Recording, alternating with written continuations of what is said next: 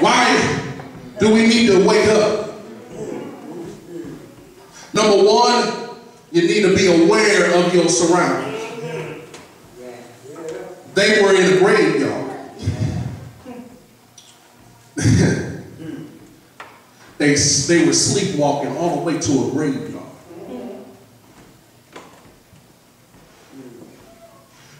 They were going through the motions that led them to a dead place. That felt good, I'll say it again. They were going through the motions that led them to a dead place. Y'all don't want to hear it, but you're going to hear it anyway. There's a reason why a lot of traditional stuff must die.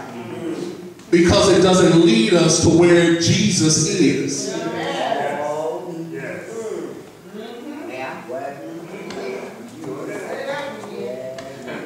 Some of the religious stuff that we do, all this extra religiosity that we bring about and all this stuff, don't lead us anywhere but to dead places.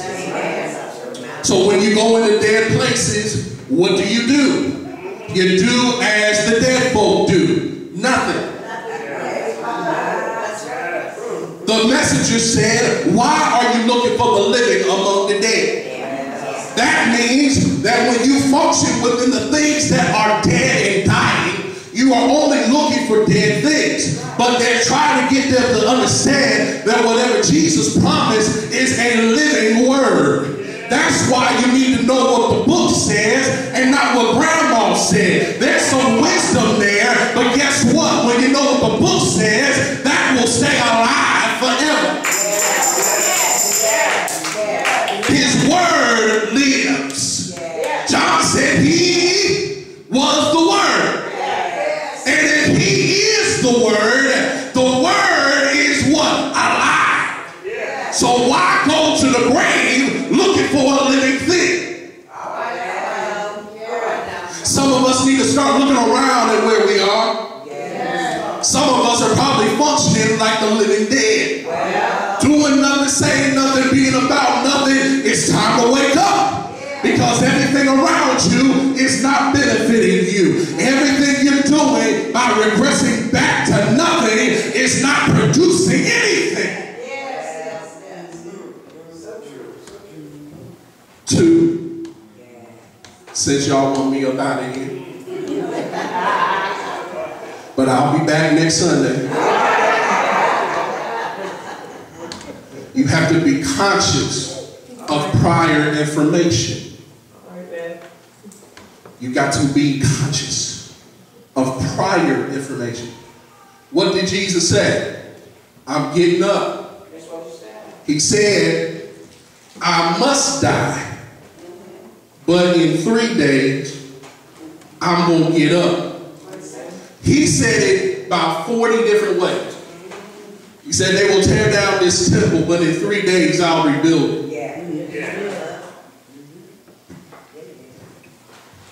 We're going to tear down the temple in 3 days? No. He's talking about himself. He came up with multiple ways to communicate the same message to multiple people. But when you regress, you forget. Have you ever had a moment when you were doing so much stuff? I mean, so much, you just constantly move. You were preoccupied with getting a lot of stuff done. That the most important thing you had to do, you forgot all about it. I'm not saying the small thing, I said the most important thing. Because you get preoccupied with everything else. I know sometimes people be like, it's been so busy, and I've been so involved with so many things. I'm so sorry. Y'all seen the movie, Why Did I Get Married? The first one, not the second one. Tyler Perry's role in the wife, and then the woman that played his wife in the movie. She was so preoccupied with being number one that she forgot all about his birthday. Preoccupied with the wrong thing. And it almost cost her her marriage. Let me take it all the way here. There's so much information that God has given us that when we get preoccupied with doing stuff and being about stuff and trying to be something that God never intended for us to be, we forget about Him. Yes. Then we start crying when we go through. Start crying about stuff that it had nothing to do with God, but it had everything to do with us. I heard a pastor put it this way. Some folk talk about their bills being missed and not being paid, and they call it a cross to bear. I heard him say it this way. That's not a cross that you bear.